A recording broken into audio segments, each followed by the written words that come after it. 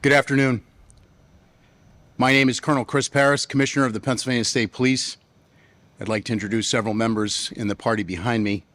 Lieutenant Colonel George Bivens, Deputy Commissioner of Operations. Lieutenant Colonel Joanne Reed, Deputy Commissioner of Staff. District Attorney Corey Cook from Juniata County.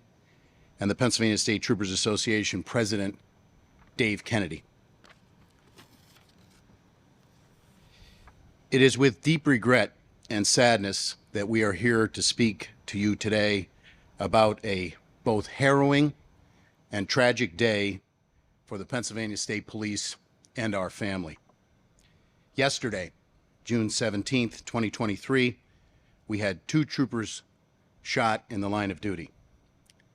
We are confirming that Lieutenant James Wagner, age 45, who enlisted in the Pennsylvania State Police in 2002, a 21-year veteran who currently serves as the station commander at Troop G Bedford Barracks in Bedford County. He was a member who was shot. He also serves as an active member in the Naval Reserve. He is married and a father of 3 sons, all of whom currently serve on active duty with the United States Coast Guard. He is currently listed in critical condition at Hershey Medical Center. The second member, Trooper Jacques Rougeau, age 29, who enlisted in the Pennsylvania State Police in 2020. He would have celebrated his 3-year anniversary of becoming a trooper on June 29th of this month. He was stationed at Troop G, Lewistown in Juniata County. He is married. Our hearts and prayers are with these brave troopers and their families. Their dedication and service to the Commonwealth and its residents will always be remembered. I would like to begin by telling you about the events of yesterday by offering a qualifier that this event transpired over multiple hours, over multiple scenes, causing a massive response from many departmental segments. My hope is to now give you an approximate timeline of the incident as it unfolded across these different locations, keeping in mind that we're very much in the middle of an ongoing and active investigation. So the incident begins yesterday at approximately 11 a.m. at Troop G, Lewistown Barracks in Juniata County. A 2008 Chevrolet pickup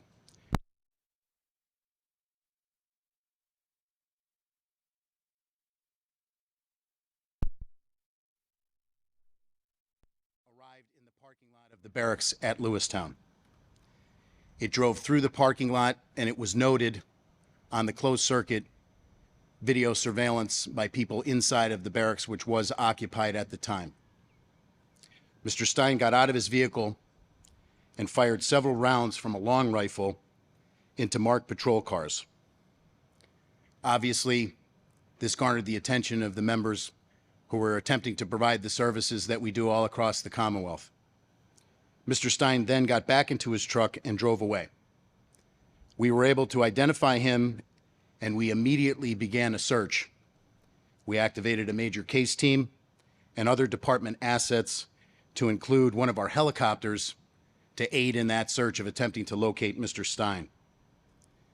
Lieutenant Wagner was serving as the officer of the day for Troop G. So Troop G is headquartered in Hollidaysburg. It's made up of several counties in the mid-state. Lieutenant Wagner serves as the station commander of Bedford Barracks, as I discussed. The role of the officer of the day in the state police is to serve either in a station commander or commissioned officer role to supervise operations during what would be considered off regular hours. So Lieutenant Wagner was leading from the front, making sure that the operations were running smoothly in Troop G when this situation unfolded at approximately 11 a.m. Lieutenant Wagner joined the search for Mr. Stein.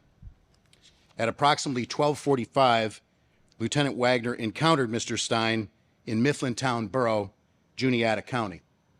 During this encounter, Stein engaged Lieutenant Wagner with a long rifle, shooting him and critically injuring him. At this point in the incident, multiple citizens and witnesses arrived to provide aid to Lieutenant Wagner and used the radio that was in his car to summon additional troopers and EMS and first responders to help. Troopers, citizens, EMTs, and other first responders arrived at the scene, and they attempted and successfully provided life-saving first aid to Lieutenant Wagner. He was subsequently transported to Lewistown Hospital, and from there was life-flighted to Hershey Medical Center, where he currently remains, as I said, in critical condition. So we have an incident that begins at 11 a.m., and now we have the encounter around approximately 12:45. Myself, personally, I was in Philadelphia yesterday with the governor and the president, attending a briefing about the projection of the Interstate 95 collapse and continued construction project. I had been briefed immediately after the shots were fired into the patrol car. I was subsequently notified upon Lieutenant Wagner's being engaged by gunfire and critically injured. I attempted to immediately begin traveling west from Philadelphia, and I arrived at Hershey Medical Center around approximately 2:30, simultaneous to Lieutenant Wagner being life-flighted in. So we have multiple scenes up until this point, multiple things going on, and an ongoing search and manhunt for Mr. Stein at that point. Simultaneous to all of this occurring, Lieutenant Colonel George Bivens, Deputy Commissioner of Operations, was able to get into a helicopter and begin assisting and directing the search from the air of Mr. Stein. At this point, I would like to turn it over for his firsthand account of how the rest of the incident unfolded before I come back up and continue with the press conference. So, Lieutenant Colonel George Bivens. Thank you, Colonel. Let me start by painting a picture for you of the situation that our troopers found themselves in.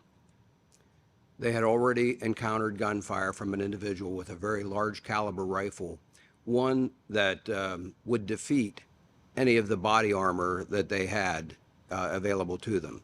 In spite of that, they heroically, in my estimation, continued this search very aggressively.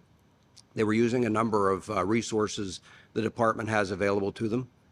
We were attempting to track this individual, and my characterization of it is that he was playing somewhat of a game of cat and mouse with them. There were phone calls, there were attempts to try and negotiate with him, but there were phone calls from him providing a location, and then he wouldn't be there. He seemed to be setting our people up for potential ambush. While they were in the process of covering through multiple municipalities and jurisdictions,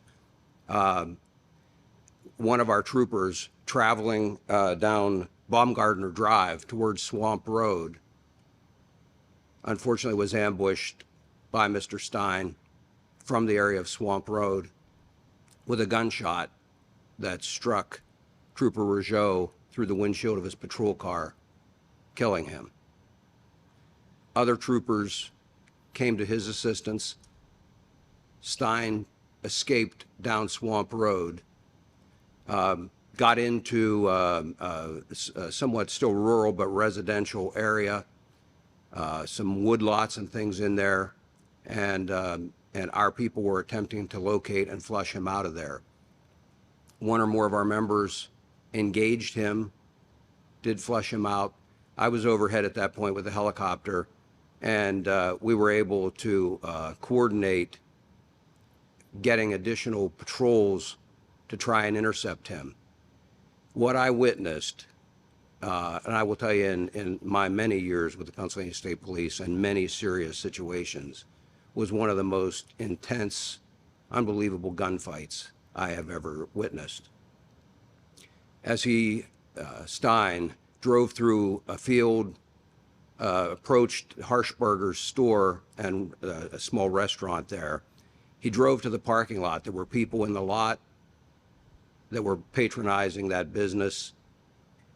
Our troopers put themselves between those people and by force with their vehicles and by engaging him, forced him away from the business and back out toward Baumgartner Drive.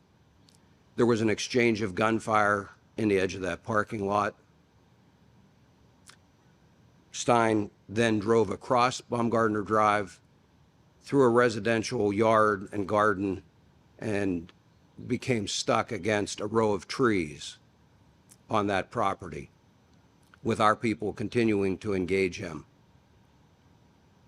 It was immediately after that situation had been stabilized that we discovered the fate of Trooper Rougeau. He was beyond assistance at that point. But I want to stress to you what I saw out there with our people putting themselves in harm's way was an amazing thing. They kept all of those, the residents, the customers of that store safe, and did so by standing between those folks and Stein. So I'm going to turn it back over to the Colonel for some other thoughts, but I just want to tell you, as the Deputy Commissioner of Operations, how proud I am of each and every one of those troopers. Thank you. Thank you, Lieutenant Colonel. I would be remiss if I didn't specifically thank the citizens, the EMTs, dozens and dozens of troopers across multiple installations who responded to this incident, as well as the Life Flight crew and the Hershey medical staff who have assisted us to this point, which is still very early in the investigation. There were multiple scenes that had to be investigated, mapped, evidence forensically gathered, and it was a very complex operation through last night into the very early mornings and continues at this hour as well. We are currently working with the District Attorney of Juniata County, District Attorney Snook, for a full and unlimited investigation into this incident. His people are working with our people with full and unlimited access on that investigation. This is a tragedy for the state police. We ask for your continued prayers for not only our troopers, one killed, one wounded, but also their respective families and all of the troopers that were involved in this incident yesterday.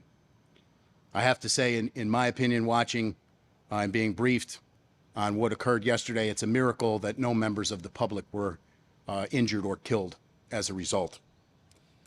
As the Colonel, on a very personal note, I have to say that I'm humbled to come here and serve every day as the Commissioner of the Pennsylvania State Police. I'm humbled by the work that our people do, some of which may not get the greatest attention, but it goes on anyway. Unfortunately, I can say that this is not the first time one of our installations was attacked. And yet, and still, our people continue to do an admirable job running and driving to the gunfire to protect the communities that we serve, to protect the residents of the Commonwealth, and to protect the communities in which they work. I also would like to thank Governor Shapiro, who has offered his unconditional support. He has been to the Hershey Medical Center to offer his continued support for the Wagner family, and his administration, who has supported the Pennsylvania State Police through this difficult time. As we move forward, the investigation will require continued assets to be brought in outside of Troop G, which we are doing. There has been no drop-off in the services that we provide, and the expectation of the public should remain that if they call and they need service, we will be there to give it. As I said, we will do a full, fair, competent, thorough investigation. We will look into this matter.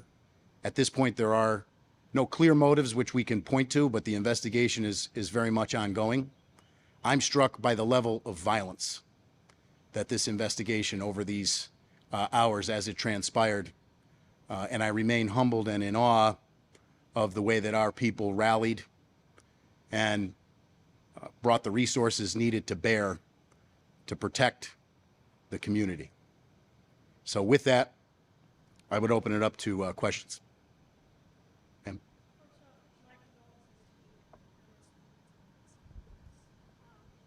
Was Stein known to Pennsylvania State Police or police at all prior to this incident? At this point in the investigation, I really only feel comfortable that we're working on the timeline, and obviously there's a full focus of the investigation into the not only immediate time frame leading up to this, but also what the entire operational picture of Mr. Stein looked like. Spell the name of the trooper that passed as well. Sure. I just want to make sure we have that correct. Lieutenant Reed will get it to you. We also have a photograph. Any verbal exchange between Stein and officers at any point? I would allow that question to Lieutenant Colonel Bittman. Stand by. The only exchange occurred via some phone calls that had occurred. He was calling the 911 center, and again, we were attempting to contact him and negotiate, but there was no direct communication at any of the scenes.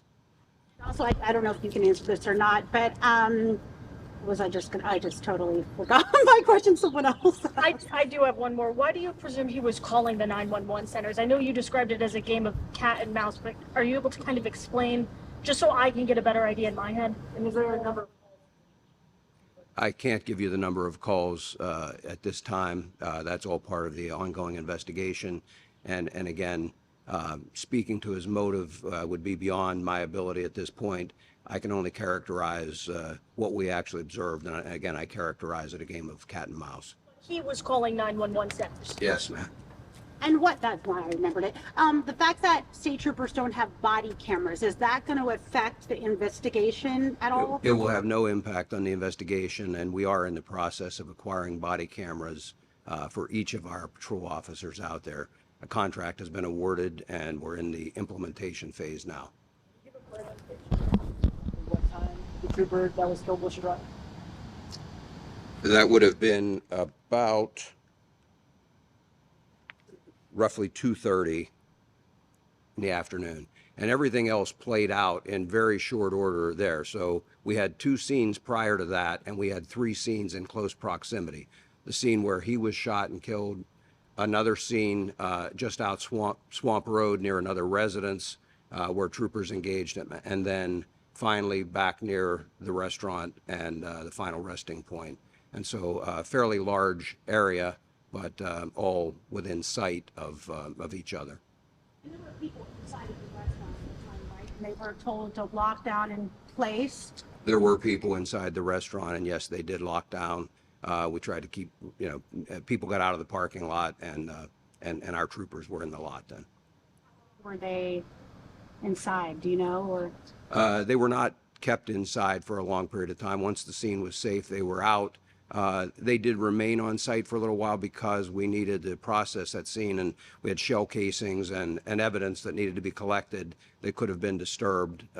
We also had some crashes, some of our patrol cars. I mean, it was such a fluid situation that our patrol cars, our members were literally bailing out of the cars while they're moving.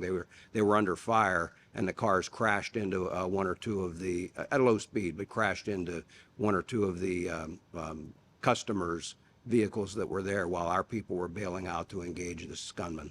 You mentioned it's a long rifle. Can you give a specific on what that gun was? Was that part of the investigation at this time? It's a part of the investigation. What I would tell you is it's a .458 Magnum caliber gun. I can't give you the make and model of it. I would tell you that it is a exceptionally large caliber rifle for that would customarily likely be used for very large game hunting. What about Mr. Stein's mental state during the whole thing? Was he having seemed like he was having a breakdown or anything like that? Again, that'll be part of the ongoing investigation. video, and there were so many rounds, and I saw the evidence markers. Do you guys have any idea how many rounds were actually fired? We do. I'm not prepared at this point to provide that. Again, that's all part of the investigation. But we do a very careful investigation that will account for every round. We know how many rounds of ammunition in any gun that our members are carrying. And so we do round counts, for example, afterwards, so that we can verify how many rounds they expended. We try to account for every single one of those, where the casing ends up and also where the round went. And so that's one of the reasons it takes so long to process some of these scenes, and particularly in a case like this. When I tell you that it was an amazingly intense gunfight, I'm sure you've heard some of the audio that I've heard released out there. That was but one piece of the exchange. I would estimate hundreds of rounds exchanged. And the only analogy I could draw is a war zone. It was that intense, but that was the only way they could prevent him from becoming a threat, more of a threat to those civilians. Last question, I'm so sorry. When you reached out to the shooter's family, have they been cooperative? What has been their response? We have reached out. I don't want to characterize right now what that response has been, but again, our interaction with them is all part of the ongoing investigation. Provide the 3 addresses, the locations. Yes, we'll get it. Okay. Stein from? He was from, oh, you got it?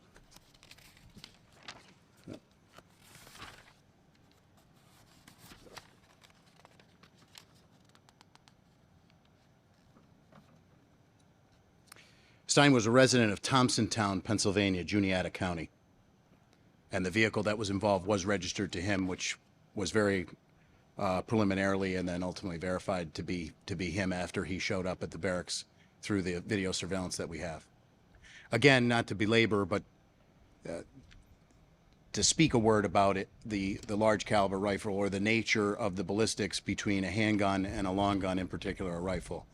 The ability to reach out and effectively direct fire with a rifle over exponentially greater distances made this situation extremely, extremely dangerous in terms of, if we look at the physical plant that we're at right now, these areas open for hundreds of yards, they would all be readily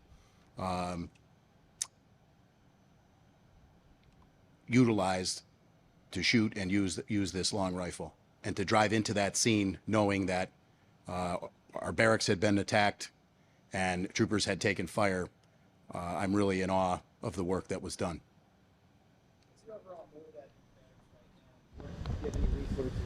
Absolutely. I'm glad you asked that question. So Say Please maintains a very robust members assistance program. We have several full-time members who are engaged right now. We obviously have a family in need at Hershey Medical Center. They are being taken care of. We obviously have a grieving family that is being taken care of. We have a line of duty funeral to plan. We have an investigation to continue on site. I will tell you that I had the opportunity after being at Hershey Medical Center to interact with several of our people just to check and see how they are doing. And my advice to them was to make sure that they are taking care of themselves and their families. Today being Father's Day, I tried to wish them a happy Father's Day for those to whom it applied. We will continue with psychological services to include a psychological diffusion and a debriefing, as well as other steps, the tactical assurance program, all part of the ongoing investigation as we move forward to look at everything that occurred here.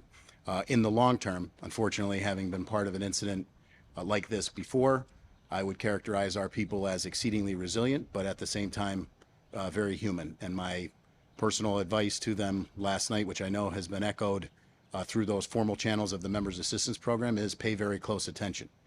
Stress is in the eye of the beholder. I've seen people endure very traumatic incidents and be able to deal with it seemingly unaffected. I've seen others who've returned and then had some issues and had to deal with those thereafter. I've seen people who needed some help before that, and we're fully committed.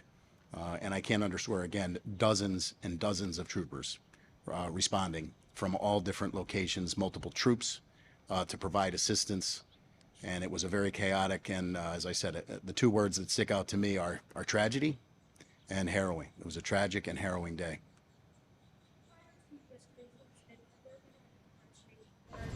Excuse me? Right. Say that again. I'm sorry. I didn't hear No, the that's question. okay. Prior to yesterday's events, have there been any threats made to the barracks? None of which we're aware, but that's part of the ongoing investigation. Anyone else? I appreciate you all being here.